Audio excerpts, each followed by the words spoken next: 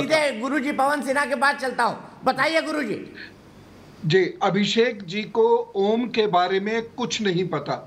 ओम एक ध्वनि है, जैसे कि अभी दीपक जी ने बताया, ओम एक ध्वनि है और इस ध्वनि को 3 अक्षर हमने दिए हैं, अकार, उकार, मकार, आ, उ, मा। अब ये जो विशिष्ट अक्षर हैं, ये बिल्कुल अलग हैं।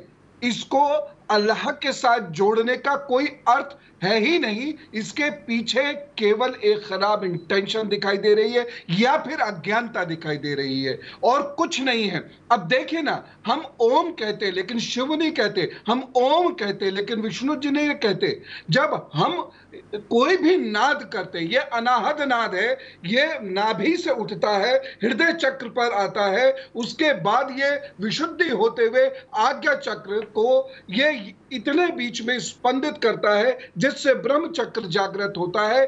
तो एक निश्चित स्वर, निश्चित आवृत्ति पर शरीर के भीतर उत्पन्न होता है, इसलिए ये अनाहद स्वर है, आहद स्वर नहीं है। तबले का स्वर आहद स्वर होता है, शरीर के भीतर का जो ध्वनि होती है अनाहद स्वर होता है। इसलिए अकार, उकार, मकार, नाभि अकार, उकार, मकार, ये इसका वैज्ञानिक विश्लेषण है। मैं हाथ जोड़कर निवेदन करता हूं अभिषेक जी जैसे तथाकथित विद्वानों से, वो अपनी लॉ फील्ड के मास्टर हैं, लेकिन कभी भी धर्म के मुद्दों पर इस प्रकार से ना बोले, क्योंकि इसके बोलने के पीछे सिर्फ एक मकसद है और वो मकसद ये है कि उन्हें पोलराइजेशन तो नहीं करना कहीं, या फिर उनको कोई राजनीति तो नहीं करनी। धर्म को कृपा करके दूर रखिएगा।